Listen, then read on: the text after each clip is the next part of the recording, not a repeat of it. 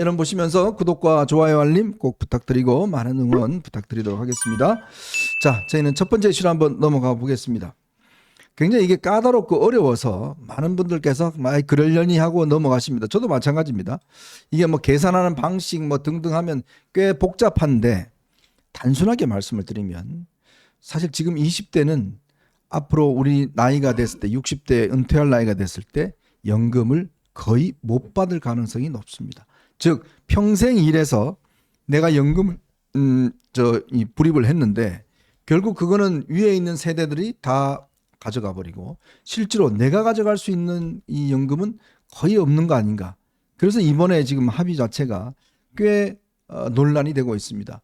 이거는 정말 미래 세대를 죽이는 법이다라고 이야기를 하고 있는데 지금 이 연금 개혁안에 대해서 지금 이거는 뭐 여야가 없는 것 같아요. 그렇죠. 예, 특히나 이제 3040 그 의원들이요. 여야 할 것 없이 여러 명이 모여서 지금 반대. 예, 그리고 이 3040 의원들이 또 실제 본회의 표결에서 또 반대표를 던진 것 같고요. 네. 오늘 뭐 송 변호사도 거기 갔다 오셨던데. 감독님 기자회견하는 사진 좀 언더 띄워주세요. 73도 오늘 긴급 기자회견을 뭐 오전에 국회에서 했습니다. 이거는 그 해당 세대의 그 정치인들이 더 적극적으로 나서야 돼요. 왜냐하면 본인 문제고 본인 세대의 문제니까. 물론 이제 다른 양심이 있는 86세대 정치인들도 같이 거들고 해야 되겠지만 이 그 문제의 주체는 좀 그 86세대가 아닌 이쪽이 좀 나서야 되지 않을까 싶습니다. 제가 네. 이 지점에서 신상 네. 발언 하나만 좀 하고 네. 갈게요. 그 인터넷 게시판 어디를 보니까 그 제가 언더 73이 아니고 오버 73인 줄 알고 계신 분들이 있는데 이 자리를 빌려서 분명하게 말씀드리면 언더 73이고 네. 저도 아직도 국민연금을 20년 이상 내야 되는 네. 그런 아주 중대한 이해관계가 있다라는 네. 점 말씀드립니다. 네. 자, 오늘 기자회견을 한 거 보니까요. 국민의힘에서는 김용태, 김재섭 의원, 우재준 의원, 그리고 민주당에서는 이소영, 장철민, 전용기 의원, 개혁신당의 이주영, 천하람 의원 등이 오늘 직접적으로 이제 기자회견에 참석을 했고, 그리고 이제 당의 당협위원장들도 오늘 오늘 기자회견에 꽤 많이 참석을 했습니다. 오늘 이분들이 주장한 핵심적 요지가 뭔가요? 결국에는요. 지금 이번에 국민연금 그 모수 조정, 저는 이거 모수 개혁이라고 표현하고 싶지 않습니다. 숫자를 바꿨으니까 모수 조정이라고까지는 할 수 있을 것 같은데요.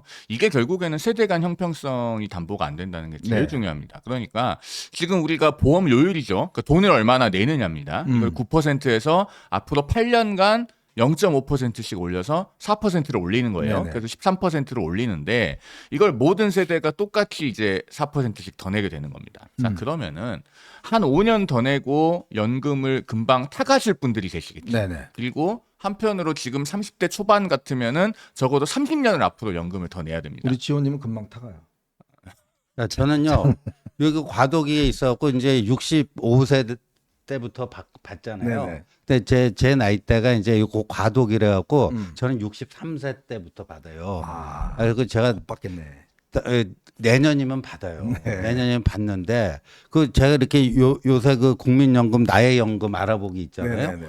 그 불입액에 비해서 네. 제가 한 뭐 얼마까지 살지 모르겠지만 상당히 그 남는 장사예요.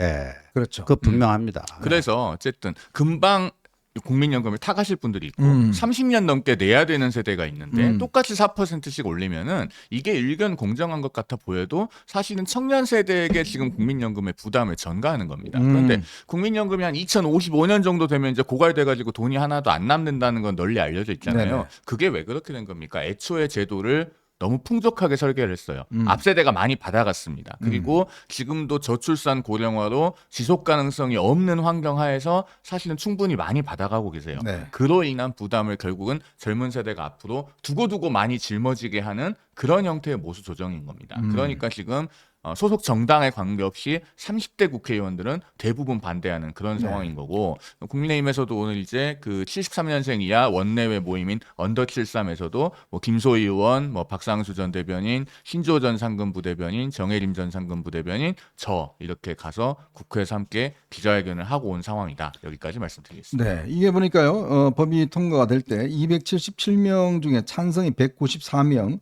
반대가 40명, 기권이 43명 이렇게 했는데 여당에서만 반대가 26표, 기권이 30표가 나왔어요.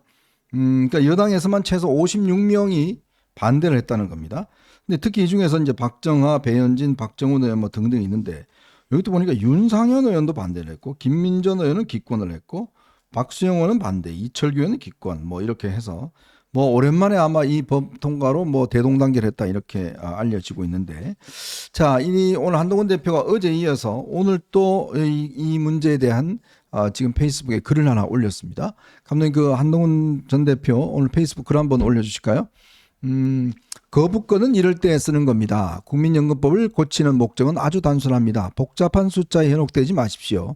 저출산 고령화로 돈을 낼 청년 세대는 줄어들고 돈을 받을 노년층은 늘어나는 지금보다 돈을 더 내야 하는 국민연금이 파탄나지 않습니다. 그러니 내 돈을 늘리겠다는 겁니다. 복잡한 게 없습니다. 인구구조 변화는 누구의 잘못도 아니고 우리가 정해야 될 현실이니 반대하기 어렵습니다. 단 고통은 공평하게 분담해야 한다면요. 그런데 이번에 통과된 안은 내는 돈뿐만 아니라 받는 돈도 올렸습니다. 심지어 내는 돈은 8년간 천천히 받는 돈은 즉시 올렸습니다. 돈이 부족해서 개정하는 거라면 원래 목적을 생각해 보면 더 받게 하는 것이 이상하지는 않습니다. 만약 받은 돈을 그대로 뒀다면 내는 돈을 덜 올릴 수도 있는데 말입니다.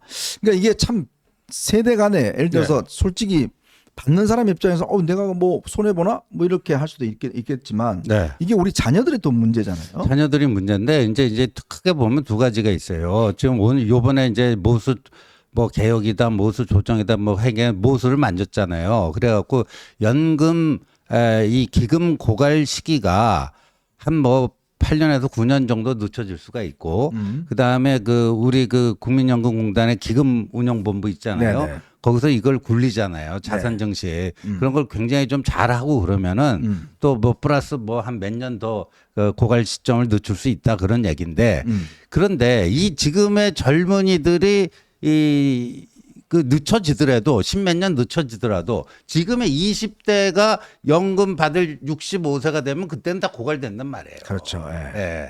그러니까 그 고갈된 거 그거를 이제 국가가 어떻게든지 지급 보증을 한다. 이번에 거기다 이제 집어넣는데 그러면 그게 이제 국가 부채 채무가 되는 거 아니에요. 네네. 그럼 재정 건전성 이게 안 좋아지고 경제에 미치는 악영향 등등 하여간 그 부담은 고스란히 지금 2030 세대 미래 세대가 질 수밖에 없다. 하나 그 이슈가 하나 있고요. 두 번째 이슈는 이 86세대 아까 저도 제 얘기했지만 제가 내는 거에 비해서 뭐 한 90까지 산다면 몇 배를 더 많이 받아요. 몇 배. 요새 뭐 한 90까지는 뭐 흔히들 산다 그러잖아요. 네네.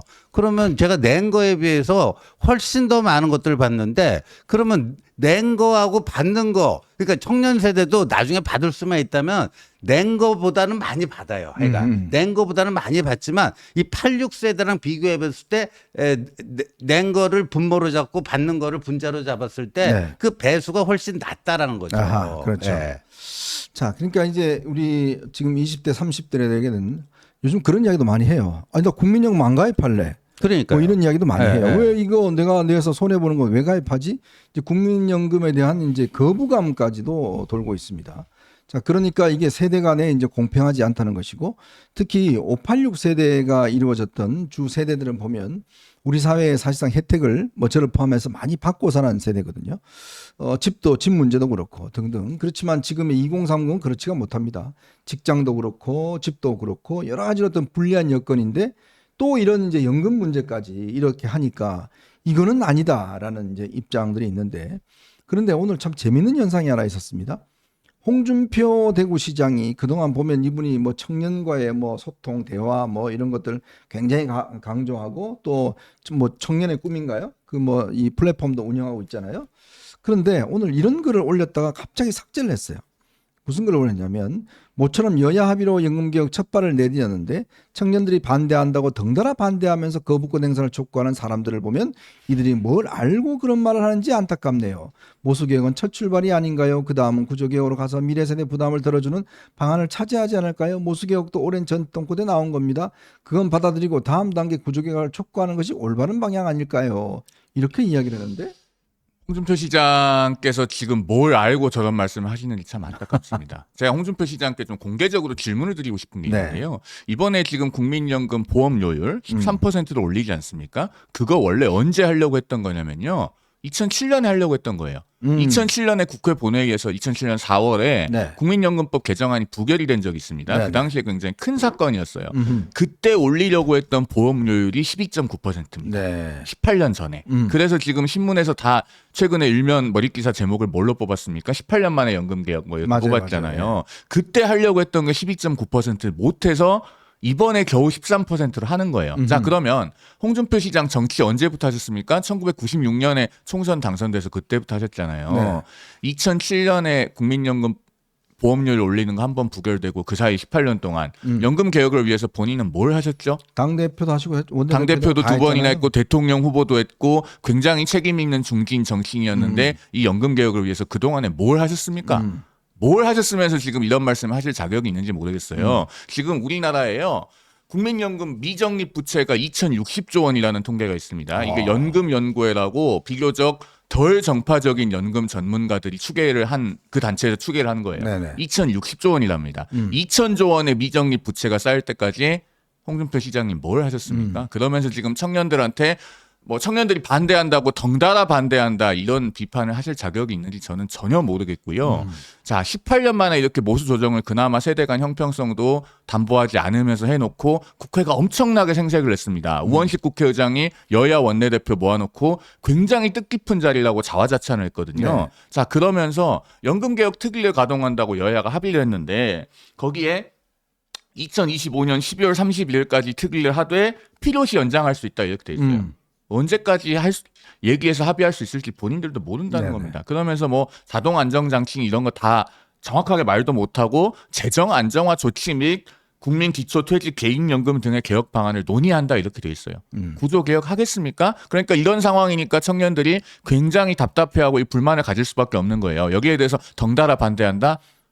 정말 정치 그렇게 하지 마십시오. 저게 이제 한동훈 전 대표가 저렇게 반대하니까 저걸 비판하려고 했는데 네. 가보니까 나는 내가 지금 청년들 저기 지지받잖아. 그렇죠. 그러니까 화들짝 이제 저걸 갖다 지워버린 네, 거예요. 그리고 깨갱 해버린 거예요. 그 대구 계신 그 할배가 깨갱 해버리신 건데, 근데 저 홍준표 시장이 명심해야 될 게 홍준표 시장 뭐 지지율 뭐 큰 저 숫자 안 나오지만 한국갤럽 그 보면요 20대에도 제일 많이 나와요. 네네.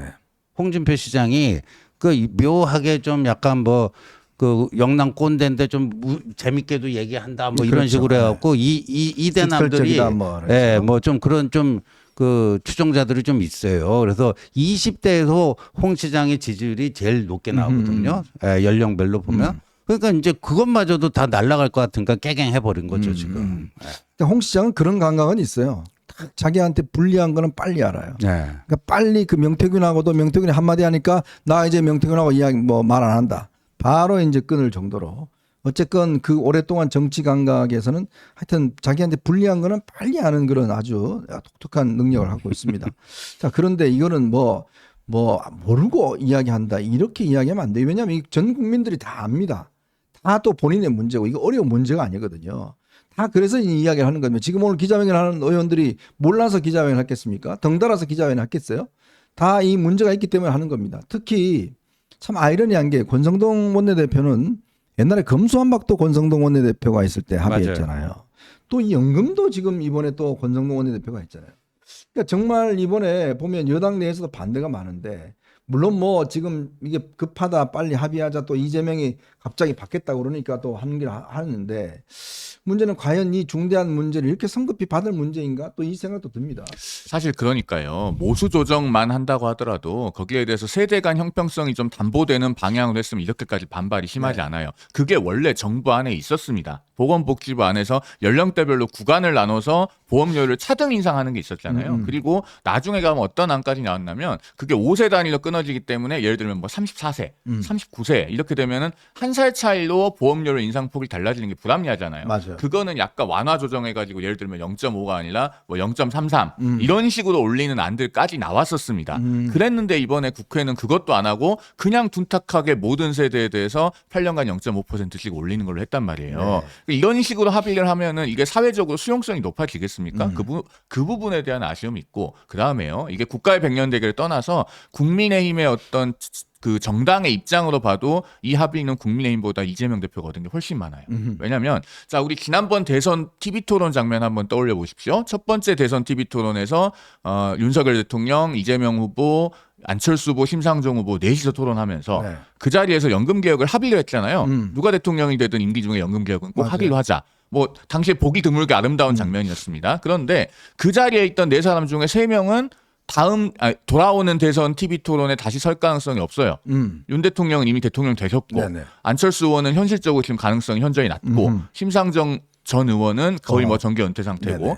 이재명 대표만 다시 나올 가능성이 존재합니다. 그러면 다음 대선의 TV 토론에서 이재명 대표에게 다른 후보들이 뭐 물어보겠습니까? 아니 그때 연금 개혁하기로 합의해놓고 당신은 그동안에 내내 원내 과반 의석을 가진 원내 제1당 대표로서 법을 바꿀 수 있는 사람이다. 국민연금법 개정 하나 안 하고 뭐 했냐? 이 얘기부터 제일 먼저 나올 겁니다. 그러니까 이재명 대표는 연금 개혁이라고 하는 하나의 스티커가 필요한 거예요.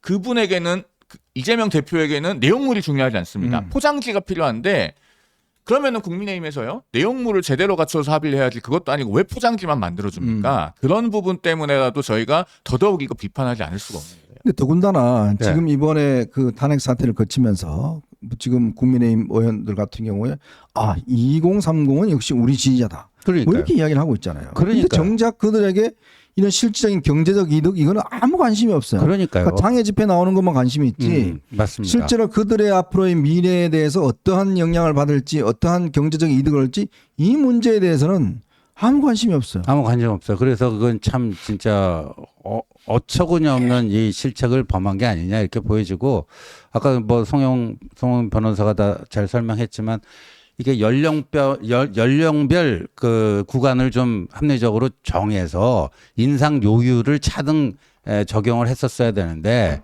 86세들은 바로 이게 이제 적용받게끔 하고 똑같이 다 내고 뭐 이런 식으로 그러니까 86세대를 위한 뭐 이 모수 조정이었다 이렇게 얘기해도 틀린 말이 아니에요. 네. 근데 사실 진짜 이 86세대는요. 저는 대한민국 건국 이래 가장 저는 축복받은 세대라고 봐요. 네. 그러니까 늘상 얘기하는 얘기지만 민주화의 훈장도 달았죠. 그리고 산업화의 꿀도 다 빨아먹었습니다. 그러니까 그런 세대가 없어요. 그런데 연금까지 이제. 연금까지. 탈탈 털었어요. 탈탈 노후까지도 이제 이 86 이기주의가 작동하고 있는 거죠 지금. 왜냐하면 민주당의 주 지지층들이 바로 4050들이잖아요. 예. 또 민주당 국회의원들 상당수가 586입니다. 이제 그들이 그렇기 때문에 이걸 밀어붙이는 거예요. 그러니까 이게 좀 더 저는 전략적으로 이 정말 유능해야 될 필요가 있다는 게 지금 이거는 아마 이 이재명 대표 입장에서 보면 자기 지지층들한테 선물을 준 겁니다. 그죠? 미래를 보장해 준 거예요. 그렇죠. 근데 정작 지금 국민의힘의 어떤 지지층 60 이상 그다음에 이제 지금 2030들 여기에는 그냥 털어간 거예요. 그렇죠. 근데 과연 이게 당파적 어떤 이해관계 또 이게 과연 관철됐는가 이걸 한번 깊이 고민해야 할 필요성이 있는 겁니다. 그러니까 그게 이제 판단을 해야 되는데 그러니까 그냥 사실은 대충 그냥 뭐 압박하니까 그냥 통과를 시킨 저는 그거 아닌가라는 생각이 느낌이 많이 드는데 근데 정확하게 따져보면 이재명은 얻은 게 너무 많습니다. 자기 지지층들에게 또 하나의 선물을 해줬습니다. 제가 미래 보장했습니다, 여러분. 그러니까 열심히 저 지지하시고 열심히 밖에 나와서 저 이 탄핵 찬성 저 시위하시고 하십시오. 제가 여러분 노후를 국민연금 탈탈 털어서 잘 보장하겠습니다. 저 20대 저 이 계몽된 20대들 쟤들은 그냥 우리 신경 쓸 필요 없어요. 쟤들 돈 땡겨서 우리가 가집시다.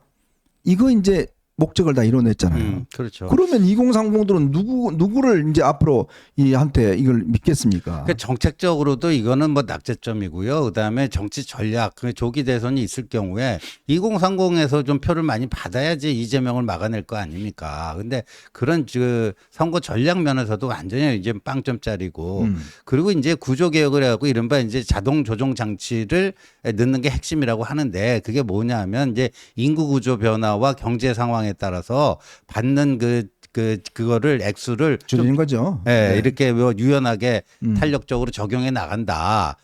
뭐 하는 건데 근데 지금 이 분위기에서 그걸 이제 구조 개혁이라고 하는데 구조 개혁이 이루어진다는 보장이 없잖아요. 그러니까 아유 뭐 안 되죠. 이런 정도로 지금 시끄럽게 저 이슈 파이팅을 안 하면요. 네. 그냥 구조 개혁은 묻혀버립니다. 네. 자, 그래서 한동훈 대표가 지금 연일 이 문제와 관련된 입장들과 또 우리 언더73 의원들 이게 문제에 대해서 지금 굉장히 여론화 작업을 많이 하고 있습니다. 그 이유는 진짜 지금 20대 애들이 뭐 계몽됐다고 그러지만 진짜 계몽된 건 이런 거예요. 자기의 이득, 자기가 앞으로 살아나갈 대한민국에서 어떠한 혜택을 국가로부터 받을 것인지 이 문제에 대한 인식을 빨리 해야 됩니다. 그거를 대변해 줄 수 있는 세력은 누구인가? 자신들의 이해관계를 할 수 있는 사람은 누구인가? 이 문제에 대해서 해야지 지금 뭐 단순하게 지금 뭐 자유민주주의 뭐 어쩌고 뭐 친중 어쩌고 이거 해봐야 내 손에 드는 거 하나도 없습니다. 지금 어떻게 미래를 마련할 겁니까?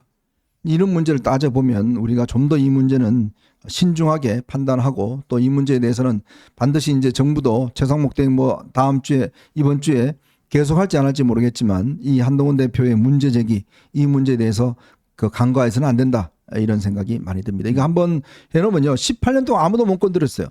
지금 군인연금은 이미 적자에서 매년 10조씩 정부가 주고 있습니다. 공무원연금도 마찬가지예요. 이제 그런 상황에서 이것마저도 이렇게 세대별로 뭐 차등적으로 한다 그러면 이거 아마 나중에 큰 문제가 될 겁니다. 하나만 더 말씀드리면은 이 한동훈 전 대표가 지금 정부가 거부권 행사해야 된다라고 네. 한 거는 어떻게 보면 이제 우리 사회의 민주주의 그리고 사회 통합에 대한 철학과 고민이 좀 녹아 있는 부분이 있습니다. 왜냐하면은 자, 여야가 합의를 했다고 합니다. 표면적으로는 앞서 말씀해 주셨듯이 그런데 여야의 젊은 의원들은 많이 반대를 했죠. 네. 그럼에도 불구하고 왜 이게 여야 합의가 될 수 있었냐? 자, 국민의힘에서는 30대 국회의원들 전원이 본회의에서 이 국민연금법 표결할 때 반대했습니다. 네. 근데 그 전원이라고 해서 몇 명인지 봤더니 5명이에요.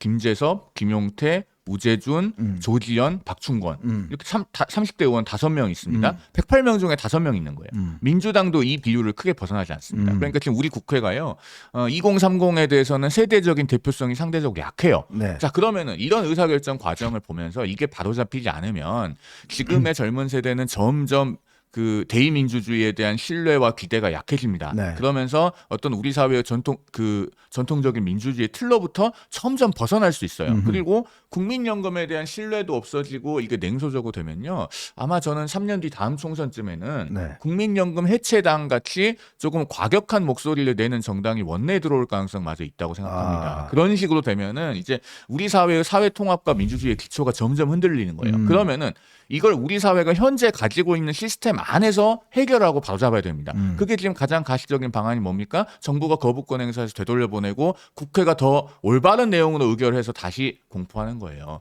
그런 고민이 녹아있는 부분이라고 이해해 주시면 좋겠습니다. 참 이 어지러운 탄핵 정국에 지금 뭐 장애 집회하고 있는 와중에 슬쩍 그냥 통과를 시켜버린 거 아니겠습니까? 물론 이게 뭐 매달 이제 이 적자가 쌓이고 있다고 합니다만은 조금 정상적인 상황에서 정말 냉정하게 논의해서 통과시켜야 될 법안을 이 와중에 그냥 스리슬쩍 통과시켜 버렸습니다. 그러면 이걸로 보는 손해보는 사람들의 어떤 입장 아마 이거 잘 모르실 거예요. 저희들 이렇게 이야기를 하는데 지금 2030들 이게 뭐지? 라고 할 겁니다. 그렇지만 이게 나중에 이제 현실로 닥쳐지면 본인들이 그렇게 손해본다는 게 닥쳐지면 아마 가만히 있지 않을 겁니다. 그걸 미리 예측해서 저희들이 이제 말씀을 드리는 것이다 이런 생각이 듭니다. 자, 저희는 이제 두 번째 이슈로 한번 넘어가 보겠습니다. 여러분 보시면서 구독과 좋아요 알림 꼭 부탁드리도록 하겠습니다.